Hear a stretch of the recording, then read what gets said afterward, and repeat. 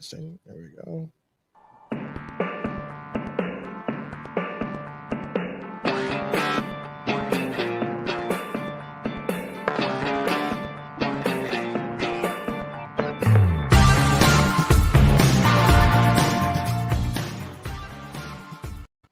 Hey, we're back for another week of the A Game. I'm Rob Akampora, right from my box here at the Share Universe Studios on the Jersey Shore.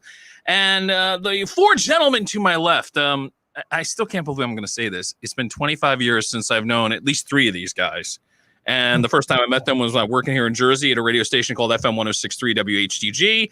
Then got to know them a little bit more when I spent time in Delaware, WSTW in the Delaware Valley. And John, God bless you, John Fay, the lead singer of the Caulfields, was one of my first guests when we started this thing. I can't believe I'm about to say this. Almost a year ago, I started podcasting. So, John, first off, thank you for doing that for me. I really appreciate that. Dude, it was a pleasure. And I can't believe it's been a year since that. That's just I mean, this has been one of the most bizarre years of all of our lives. There's no other way to describe it. And I mean, we'll get more into it, but I'm very happy that you brought your well-known gentleman with you. In the back there, I didn't bring them, just so you know. And we're not gentlemen either. And they're not gentlemen. Richie, that is true. I already know that for a fact. I know you're being formal and polite, but please. All right, be informal. Let me introduce them one by one. To your right, the man I like to call the King of Delaware, Richie. My right, Richie Rabini. Behind you, in the hat, Sam Moose Muchamechi, and one of the newer guys, but you've worked with him before, and that's Brett Talley. Hello there, sir. Gentlemen, welcome aboard. Thanks for bringing your A game.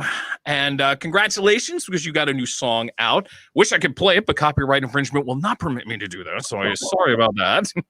But to talk about the song real quick, Love Will Keep Us Together is obviously a cover of the Captain and Tennille song. And fans of the band know about this song because you've played this a lot in your encores in the past. That's correct. Yes. Back in the 90s, when we were on tour, it was often the encore or like a show closer type of song. Right. And we had many instances where it came in very handy. I love the Christian. Give me photo number 3 real quick, because I think it's a great way to promote it. You get, this is a great photo. Sam, of course, has got the captain's hat perfectly placed. And he's promoted. He's kind of like working on the docks now, so he's no longer. He's gone from captain to handyman. He's like, oh, well, I lost the boat. I got to try to make a living. I'm sorry about that. The banana boat. It was like banana boat. Get out of my house. All right, he's been ejected already. It's over. It's off. It's all off. The great thing about the song is, too, you guys decided to make this available for charity, which I think is a great thing. You're contributing to the Food Bank of Delaware, and you're also contributing to Phil Abundance, which, does it act like a food bank in Philadelphia? Yes. Yeah. They both serve generally the same purpose. And actually, originally, it was just Phil Abundance. And then we had, a lot of Delaware connections kind of come into, obviously we're a Delaware band. That's where we started. And it just made sense to, give the Delaware, Food Bank of Delaware a taste. You know what I'm saying? Absolutely. That's the one thing I've always been fascinated about you guys. You've never been shy about your Delaware roots, even though I think let's put it this way. Some films took a shot at Delaware back in the day. Oh, yeah. Oh, great. I'm in Delaware. Who's the president? That's right. Yeah, thank you. Actually, since you brought him up, and it was someone I was thinking about this, because all 5 of us have all spent time in Delaware. I only had one. I won't even say I met the man, but there was. If you go down to Delaware, and there's an area called Trolley Square. There is a Dunkin' Donuts that's just outside of Trolley Square, just outside the 40 acres area. And every time I would go into that Dunkin' Donuts, there's this big photo of now President Biden, standing there with the owners, getting his coffee. And I think that's the shop he would go to regularly before he took his train. So it always made me wonder, did you ever have a Biden moment? Ever? I did. I briefly was in car sales. Mm-hmm. And I thought you were going to say you were incarcerated. Wait a minute, the president got caught already, Sam? Damn. I saw he in jail an Audi A4 convertible. You did? Yes. All right. You saw the president. Look at that, huh? I have one too. I have a picture on my phone of myself while he was sort of with a cardboard cutout of Joe Biden. Post vice president kind of situation, and I thought, when am I ever going to get a chance? And so yeah, I have a great photo which I cherish, and I think everyone in Delaware has met. Rob, I think it's cool that you know 40 acres, man. That you're this North Jersey guy, and 40 acres. Well, remember, Richie, keep in mind, I mean, I spent 10 years of my life and that's where I lived for a while. I was living in the 40-acre section. Yeah. 40 acres. I know. Oh, Richie saw me at a few shows that, when I was going out. And I mean, and I'm going to get more into that as well. But yeah, I mean, I got sidetracked into Delaware, but I'll tell you something. Best 10, 11 years. It was just a great time. I really got to enjoy the area. And I understand, you're proud of being there. I mean, that's the one thing about the community. You're not a suburb of Philadelphia. You're Delawarean. And there's a lot of pride in that. And I think that's the one thing that you guys are definitely proud of, being part of that community. Tax-free shopping, baby. Hey, we take it any way we can. Back for the no tax. That's really the only reason. But no, I mean, look, I think part of it was that so much of like the material that we wrote that defined the band is so tied to our experience being like, a band that, formed in Newark and playing around the University of Delaware and it's just so integral to who we are that, there's no kind of like separating the band from those roots. No doubt about it. Regardless of where we live now, And to further enhance the Delaware theme here for anybody who's from around the area, I mentioned the Stone Balloon, and you probably caught the Caulfields at the Stone Balloon back in the day. I still can't believe that place is no longer there. Yeah, we did shows there. We played, I mean, you name the place. Yeah. We were there in one form or another. Actually, I was thinking back, around the summer, you guys, the pandemic unfortunately canceled the show, but there was a bit of a celebration that was planned. And Christian, if you give me photo number 9, it involved this CD because it was 25 years ago. That's correct. We all feel old. That Whirligig came out, and you guys were planning a little celebration down on the Delaware beach, and unfortunately, it never happened. But I know you guys have done a lot of things via the stream on Facebook. You guys have been pretty active as far as that goes. I mean, I'm sure it's fun, and I'm sure it's filling a need, but is there also that tease with that when you kind of say, oh, that was great, I loved it, it was good to connect, and then afterwards, like, damn, I wish it were live in front of all these people? Yeah, I mean, there's no substitute for playing for an audience, I mean, a live audience, and, we're anxious to do that again, so the show at the Bottle and Cork, even though, like, we don't know when we're going to do one. I mean, there's definitely going to be a Bottle and Cork show when it's safe to do it. And we're very excited to do that. And it's doing live streams too, because like with playing live, you're so used to going down and talking to people and talking to fans like after you play. Yeah. And doing a live stream, once it's over, you close your phone and it's over. You're alone again in your pajamas in your house. You got no one really to talk to. You go back and you read all the comments that were coming in. Well, reading the comments and responding to the comments is the new after show. Yeah, it's the ultimate VIP pass for the moment. How about that? Right. Yeah. Which I actually enjoy in its own right. I mean, it's a different thing, but it's actually fun to do, And to be honest, like part of like the benefit of live streaming is that, you're getting people that are like, hundreds to thousands of miles away from you able to tune into the show. And that was something that we thought was like a really kind of cool aspect of it. Cause, I mean, yeah, we're a Delaware band. We're like mostly known in the mid-Atlantic area, but, we had fans from all over the country and all over the world who we had no way to, normally reach, and I wasn't a live streamer before the pandemic. Right. And so it wouldn't be something that we would normally think like, oh, we should probably do that so that maybe people in like Australia or California or Seattle or wherever could tune in. So, glad you brought up Australia there, John, because I think it's a great point. You guys had great success over there when Whirligig came out. Yes. Very nice. You were on you got major airplay on one of the major stations in the damn continent, and it got you an Australian tour. So it obviously, when you look back on the memories of that time with Whirligig, it had to be one of the highlights. Oh, an absolute highlight. Yeah, we were there for the better part of a month, and it was like kind of at the tail end of our, North American touring.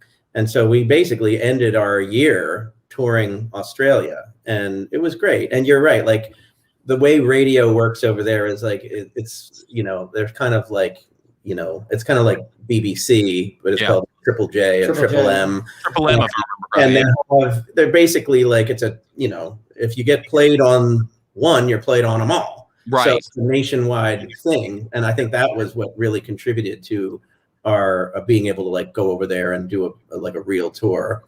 Because the Devil's Diary actually made it onto the pop chart. It wasn't just like the modern rock radio. Right. It was actually it wasn't super high up, but just being on the chart. Oh yeah, it's still got to be like you get the news and you're like, we're what?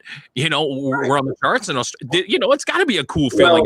Well, we found out that the record was doing well in Australia at that was the Mob front steakhouse dinner with Jay Durgan. Yeah. So our A&R guy at the record company gave us this cryptic message to meet him at this place because the head of A&M International wanted to have dinner with us.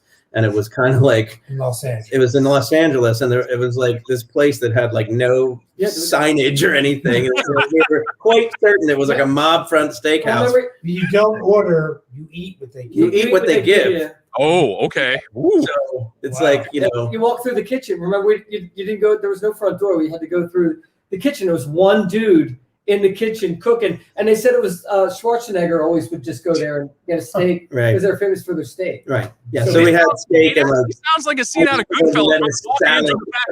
Like you said, you're walking through the kitchen and be like, "Going, hey, Tony, how are you?" And you're looking, going, "What are they saying?" Oh, well, we just didn't know what was happening. Like maybe we were going to get whacked. Yes. So Pesci. Exactly. And in the news tonight, Delaware band got whacked. Right. But it ended up being like, oh, your record is selling in Australia, and we're gonna put you on tour over there. And the guy was really cool. Although I think my bandmates will recall that he had this weird thing that remember the guy Jay, he would pronounce he pronounced tomato on purpose. Well, I like my sound with a little tomato, a little basil. Oh, yes, it's like grit of the teeth, like that from Eastern. I'm sorry, I don't mean to just. Yeah, so that was weird, but people who are the heads of international divisions of record companies can get away with that shit. This is true. Hey, I'm hanging out with the Caulfields here on the A Game, reminiscing a little bit about Whirligig, which we mentioned. Devil's Diary was the big song off that album. Another important song, Hannah, I Locked You Out, was because of. Can you scroll down a little bit for me, Christian? Because I got to pull up a photo. I believe it's going to be number 11. Yeah, this movie, The Babysitter. Yes, I found it. And this is how you know we're getting old. Now, 25 years later, The Babysitter's Club is a series on Netflix. Right. Now we can feel really old. Yeah. The babysitters now have babies. Yes, exactly. Although Rachel Lee Cook, I had a crush on her then, still have a crush on her now. Maybe she'll come on the show at some point. Yes. I got on a movie soundtrack that was good. It was also in an episode of Melrose Place, which I was personally more thrilled about because I actually enjoyed that show, and it was fun. Yeah, don't look at me like you're judging me.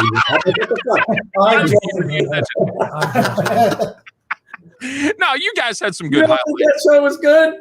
It had its moments. It did have its moments. I mean, come on, we all got sucked in for at least one season. I'm admitting it. Long on there, I guess the show is better. Hey, Christian, I'm going to go back to a couple photos here because I get part of my history with these guys goes back to their willingness to do something. Hey, I start with number 4. And they showed up on a beach one day And Surf Stock was a concert that we were putting on, and it's still there. There's Moose, who looks like he's doing bouncing for the That's how I concert. said something to piss John. Yeah, I was like, you're getting me mid, you fucking asshole.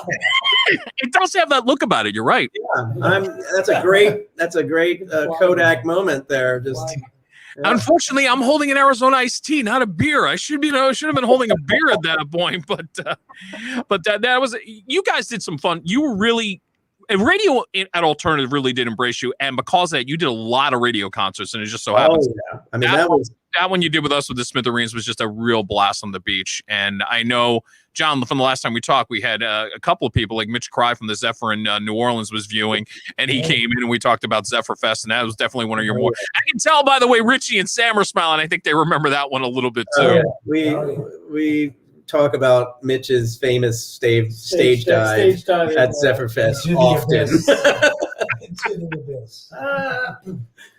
If you've ever seen Black Sheep with Chris Farley, yes. Very similar. Mitch, if you're watching, you're not going to live that one down with me now. Hey, Christian, give me photo number 1. I want to go back a little bit. This is a great group shot. This is at the end of the show. A lot of dye jobs here. I mean, first off, Rabini with the what is it? Hair? Richie, he had dye jobs. Yeah, this is true. Actually, I'm the gentleman all the way on the right. Now, he was your manager at that point. That is Duran Siegel. Yeah. Not Siegel. Duran Siegel.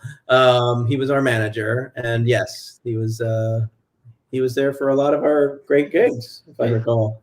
I think a funny story with Duran for me was at one point I was actually doing weekends at WDRE in Philadelphia. So the studios were in Jenkintown.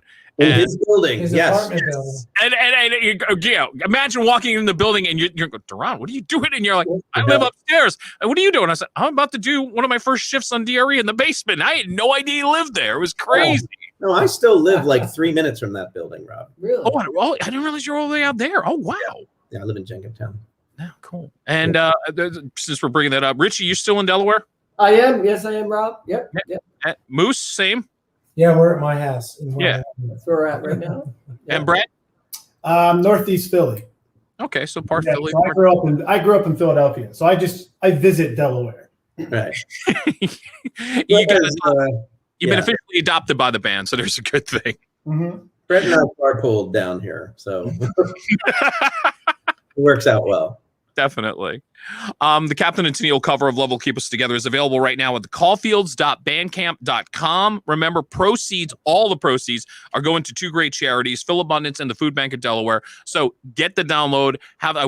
Wish I could play it. Can't do it. But I tell you, we will post that up here on the broadcast so this way you can, click on it, get your copy, and you'll be doing something really nice for a lot of great people who could use the help right about now. And a lot of people have done so already, and we really, really appreciate it. And we've been able to already send a pretty nice chunk of change over to those organizations. So, and the video, by the way, you got some nice Philly people. Did I recognize at least one of the Hooters in that video? You did. Dave Wisickanen was kind enough to be part of that video, and yeah, it was like a combination of established Philly classic names and then a lot of up and coming people too. And so we really were thrilled with the vast cast of people that we were able to assemble for that.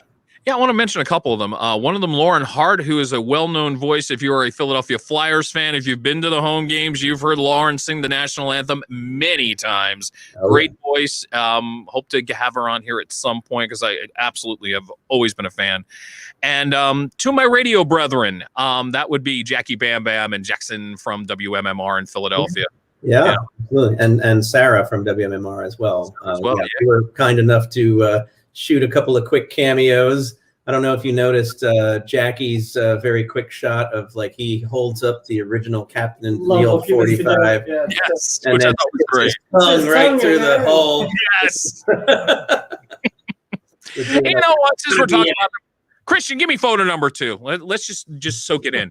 There they are. The 2 people you decided to cover. There you go. Yep. Hey, they were ubiquitous back when we were little kids, Yeah, you know? exactly. I mean, they even had their own variety show. Right, exactly. Growing up in the 70s, we had variety shows everywhere, and the Captain and Tennille had like 2 years on ABC. It was like the much watching was that, and Donnie and Marie, and all these things. This is what we soaked up on. It's no wonder we're screwed up. Anyway, Yeah, it's a shame. these are the Caulfields that are here on the A game. Okay, I gotta go one by one here, if I may. John, I realize you have something in common with Dave Lowery from Cracker. I don't know if you realize this. He teaches over the University of Georgia, and you're teaching at Drexel University. I mean, yeah, he's teaching music. He's doing a music business course that he's teaching now. Drexel, Cool. what are you doing over there? I'm the songwriting professor. So, like, I'm technically in the music department, but 95% of the people that take my class are in the music industry major because my class is a requirement for them. So it's pretty cool. I mean, I've been doing it for a while. I think this is my 16th year there. Oh wow! Just started my 16th year. So you know, it's a cool job. You know, it's like only half the year, so I can, you know, make my little nest egg in the first 6 months of the year, and then do my other stuff the rest of the year. So it works out really well. I remember when we were talking last time. How are you making out with the book? It's essentially done. I've been proofreading it, like doing like my first, you know, kind of like self-editing proofread, and I'm pretty, you know, about halfway through proofreading it, and obviously little nips and tucks as you go. But it's close to being, you know, presentable to a real editor. Fingers crossed on that. I look forward to getting an advanced copy. I would definitely want to be. I'm really fascinated from what we talked about last night. There's a lot of interesting things to talk about with that book. Yeah, thank you so much. Richie, look, you've done everything. I mean, you've been a session musician. You've been a producer. You even is your indie label still going? By the way, No. Okay. No. I was keeping tabs on it. A hard no. A hard no, but look, you took an attempt at it. I mean, what's the hardest part? Is it producing, playing, or running a label? Well, the label bit was difficult because at the time the industry was changing, so it's always a moving target. Yeah, and so that was a little bit difficult, and I think John, you would attest to that because you. I do. I also have a label that I'm not doing anything with. So like, you know, we've seen in the last 15 years or so. I always think like Napster was the beginning of things going kind of sort of south for a lot of things when the early 2000s, you know, 99, 2000, 2001, and that kind of just threw everything into craziness. So, but producing is great. Yeah, that's what I do basically. So that's my main source of everything. So. Well, I want to throw a name at you. What does the name Olivia Rubini mean to you? That's my girlfriend. That's my daughter. I think Richie, let me set this up. Give me photo number 12, Christian, because I believe she just released some new music. I wanted to give her a plug. Silhouettes is the new project she's got out. Yeah. By the way, Richie, got to listen to it. I mean, I was stunned how R&B she is. I mean, she's got an incredible voice. She really does. Well, thank you, Rob. That's super cool. And I will tell her that you brought her up, and we appreciate the support, and it's all good. Thank you. We appreciate it. Told you I had a couple surprises here today. Yeah, I know. That is the surprise. Yes, it is. Absolutely. We're proud of the record, and she's proud of it. And yeah. When did you know that she had that? You know, because it's funny. I'm thinking back to when I was spoken with the guy, you know, Michael Eisenstein from Letters to Cleo. Now, Michael's son actually started a band, and he was kind of shy about going to his dad about getting help until he got to a certain level. Was Olivia kind of the same way, kind of like, hey, Pop, listen, let me just do my thing? Or was she like kind of like going, could you help me out here? Well, you're not too far off. I mean, she had started releasing, like when she was like 15, she started releasing songs on SoundCloud, and I was helping her out with it, and she started releasing all these singles. But she had been around studios since she was like 10 years old. I would pick her up from school, take her to the studio, and she'd be doing her homework, and then it was like, you know, I would like to do this, and so give me a shot kind of dad, and just it has evolved, and she's grown and matured, and her writing and all that kind of stuff. So it's been exciting. So the best comparison I can give, if people want to find this out, picture a more poppier Josh Stone. That's the best way I can describe her. Okay, there's something like honestly, I was expecting a rock. I'm like going, all right, it's Richie's daughter. It's probably, and then she comes out and I went, whoa, total curveball, but a really nice curveball, by the way. Thanks. We're getting good response, and so we're just getting started with promoting it and promoting her and all that stuff. So it's cool. Yeah, well, when she's ready, she's got an invite here. She's got an invite here in the future. Keep that in mind. Right on. Sam, I know over the summer it was going to be your 5th wedding anniversary, if I got that correct. Yes. Yeah, congratulations on that. What a way to celebrate your 5th anniversary in the middle of a pandemic. Fantastic. Lean in. Yes, Sam, lean in a little bit. So obviously this is your house. This is where everybody has decided to gather. Yes. So how is married life treating you, sir? Very nice. We're so happy. Yeah, I did mess up the hat.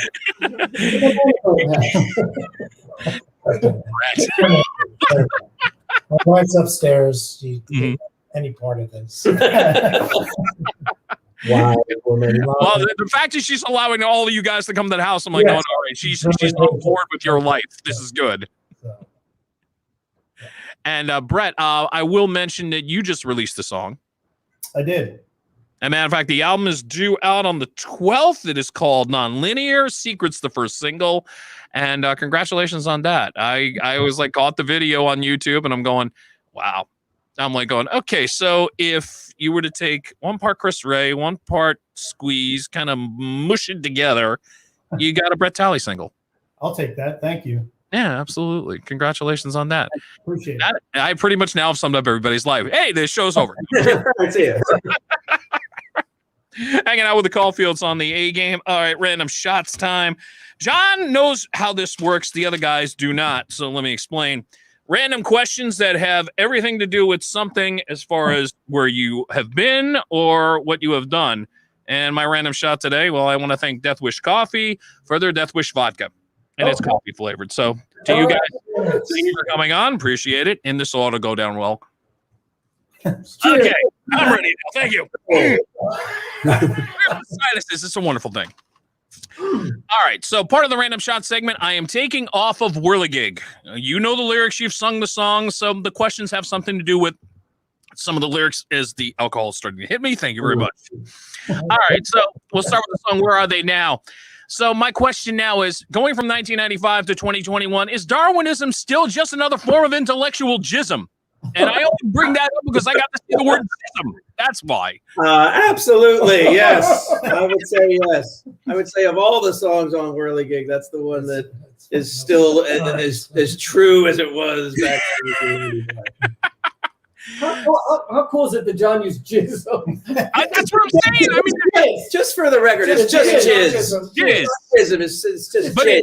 it is. No, technically, it is. But if you listen to it, and it's it's jizz and how, and it's sort of like it's jizz, comma, and how. I use punctuation in my song lyrics. Just man love. I wanted to get the family rating off of this damn podcast tonight, so I just did that. Congratulations. There you go. To Rickshaw, wearing ripped up hand-me-downs. Is that still a thing you think in 2021? Yes or no? I mean, yes, that's a good question. I think the mean, kids are into thrifting now. Again. yeah, thrifting is back. Yeah, The kids are into thrifting again. You know. So. I'm just wearing the same clothes I've owned for 20 years. Yeah, if that counts. I've been shopping since the pandemic started. Wait a minute, John. What are your kids thinking if you're wearing the same clothes for 20 years? Wait a minute. They think what they think. I mean, They have the nice clothes. yeah, so they can have new clothes, Rob. Well, yeah, that's what happens when you become a parent, apparently. Yeah, apparently. Random shots with the Caulfields. To Fragile. Are we more fragile than we are at any other point in our lives, especially what's been happening in the last year? I think it depends on the person. I personally consider myself more resilient than I've ever been. Bravo. So I don't think I'm, I wouldn't say that, look, everything from the past year has affected everybody. There's no question about that. But, I think that you have to find a way to live your life. And, so look, we're all, and I think that it changes in different moments. You're more fragile, more vulnerable in certain moments. And then there are others where you feel very strong and resolved. Well said. And this is one of those fucking moments, Rob. Amen to that, brother.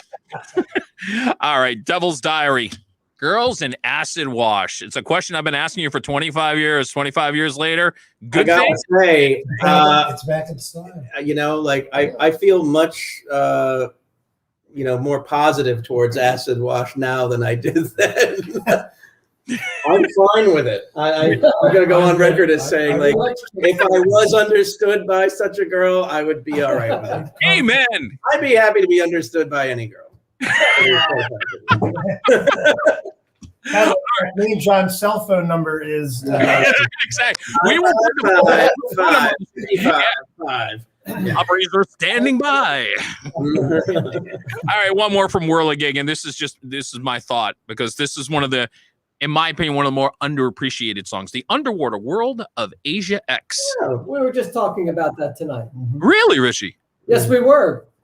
Because Sam was saying Sam was talking shit on it. Sam, you just got thrown on the floor. Congratulations.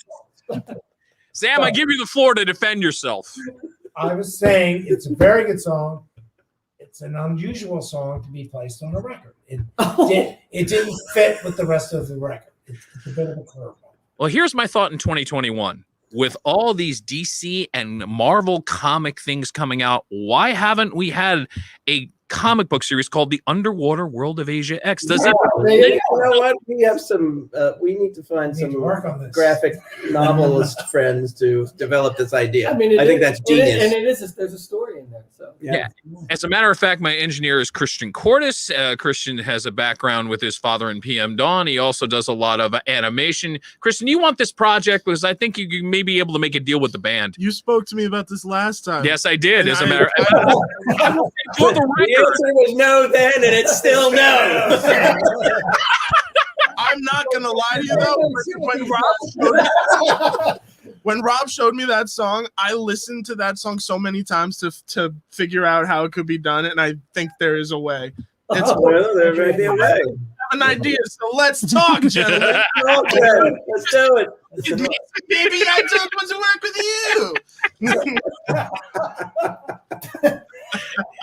You know, it's a good podcast when I've lost complete control of my own podcast. This is anarchy here. All right, a few more random shots. I got to go. Well, obviously, being around the Philadelphia area, I got to go cheesesteak. Around the horn, where's the favorite place for a cheesesteak? Brett, start with you. Jim's on South Street. Moose. Claymont Steak Shop. Ah, thank you. God love you. Right? Yes. John? Biden goes. I'm an Ishkabibbles guy. A what? Ishkabibbles on South Street. And Richie? Well, I'm a Tony Luke's guy, but I got to go old school and because about 2 months ago I hit Pat's again, and that's where I used to go when I was a little kid. So Pat's is kind of no fuck around. What are you talking about? Gross, dude. You might as well get a fucking steak 'em. That's like the Asian X of steaks. That's like the Asian X of steaks. Pat's is not the king of steaks. It's the Asian X of steaks. I like Jim's. But that's It's interesting. You want to cause a war with a band? Talk cheesesteak. Actually, a little tidbit for you, Rob, since you brought up cheesesteaks and to tie in with the Biden thing. I have a friend who lives here in Wilmington. My friend Vince actually wrote a book about the history of the cheesesteak. or more actually the cheesesteak and the submarine sandwich or the hoagie or what have you. And Joe Biden actually wrote the foreword for him. Oh, get out of here. President Well, Trump. it all comes around. It all comes around. Yes. I love it. All right, a couple more here on Random Shots. And I posed this to not John, but the other three gentlemen around you. As you know, because of Mr. Fay, he's had at least 6 incantations in 35 years. Remember, he was 8 when he started his first band, but that's another story altogether. All right, can you name all 6? Obviously, the Caulfields being one. Brett, give me one. The Bee Clinic, does that count? That's 2. Moose. Caulfields. Those We medley. got the Caulfields. Moose, give me one. Kids, Ike, John and Brittany. Mm-hmm. Are we counting Jane Anchor? No. No, I'm going to count that. It's the transitional band. A Power Trip. There you go. Great Power Trip. Yes, of course. Great band. Miss Catch 22. Co-written by Richie Rabini. The theremin part, Richie Rabini. Comes around. Just want to see if your bandmates are paying attention to your career or your website for that matter, which is johnfay.com. Anyway. Oh yeah, 2 more. Super Bowl this weekend. Anybody got a prediction who you picking? Tampa Bay. Who's playing? Who's playing? Right, there you go. We were just talking about However, this is the first time in band history of ours that all of a sudden the conversation Turn to football. weirdly turned to football because Richie had like this hot take about how Foles never should have been traded. And, like, the first time. the first time. Which just left like Brett just I'm speechless. slack-jawed. And I'm not a football guy. We're historically anti-sports. Yeah, Who's in it? The Bill? Yeah, But yeah, Who's playing? I don't know. well, we know it's not the Eagles. That much we do know. It's the Tampa Bay Buccaneers and the Kansas City Chiefs. Oh, you had the we were Chiefs, totally right? wrong. we were way off. all right. We were way off. We weren't even close. We weren't even close. How pathetic. Oh, well. Well, at least you're honest and say, well, we're really not a band about sports. So there you go. Thank you very much. I mean, I could talk about the Sixers with you if you want, but Is the Super Bowl this Hey, look, I think the pressure's on the Sixers. This is the year they've got to deliver. And then, of course, the Nets decide to go out and get the beard, and you got to go. I know, but they have no defense. John, I didn't know you were such a Yeah, basketball. speaking I John, see. to defend your point, you saw the game about a week, less than a week Well, ago. I saw the ending. Yeah. Let's at least agree on this, gentlemen. They're at least interesting to watch. They may not win, and they may find new ways to lose, but they're interesting to watch. If you choose, which you won't. Guys, one last one on Random Shots, and I was thinking about this. We know that in the past there have been these lost 80s stores that have been popping up, and a lot of great bands have been kind of doing this for the last few years. The one thing I haven't seen yet is sort of a 90s version of that. So I was kind of constructing a list, and I go, all right, with the Caulfields, if I could put them on a bill with, let's say, Letters to Cleo, Tonic, the Smithereens, the Gin Blossoms. Smithereens and Gin Blossoms kind of tied together now that Robin Wilson is singing for the band. And let's say Better Than Ezra. You'd sign up for that? Of course we would. Of course. Yes. Absolutely. I think I need to figure out. We've already played with every We've single played one of with them. all at those one bands. time. So yes. I somehow have to figure out how to pull this off. Yeah, we'll figure it out. Actually, I've got a pretty good friend who actually was really helpful with the Caulfields and like, getting our stuff, like on streaming services and stuff. And one of the things he does is he actually works very tightly with like Letters to Cleo and Sloan. And it's Great band from Canada, been like the big hint that I always keep dropping with them. I'm like, hey, how about we set up the string of dates with these guys and see what we can do. So yeah, I mean, we're very we're very open to trying to do some cool stuff once we're able to. But before I forget, Rob, we wanted to like announce a little thing with you exclusively here. Oh, please. We've had a lot of, like you said, like our electric shows that we had scheduled have been kind of kicked down the road or canceled or whatever. So a interesting and kind of out of the blue opportunity came up for us. A friend of ours who's actually all right. So the relationship is it's Sam's cousin's friend, is turning 50, and we were originally going to do like a live stream for his birthday. Right. And it was, kind of like a surprise that his wife was setting up. And then she spilled the beans to this guy. And he was like, fuck that.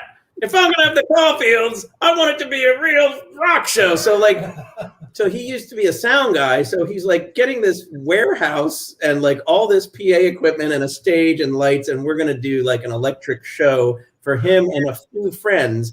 But we're going to record it and videotape it, and we're going to put it out as like a little electric live thing. That's cool. I think it's great. Does this explain why the rehearsing has been happening recently? Yeah, we have no other reason to practice. So yes, that is in part why it's the part why we are practicing. Do we have a date yet?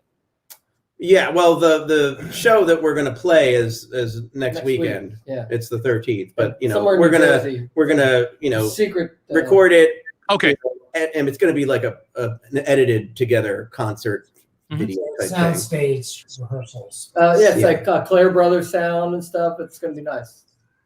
Yeah, when you have that all edited.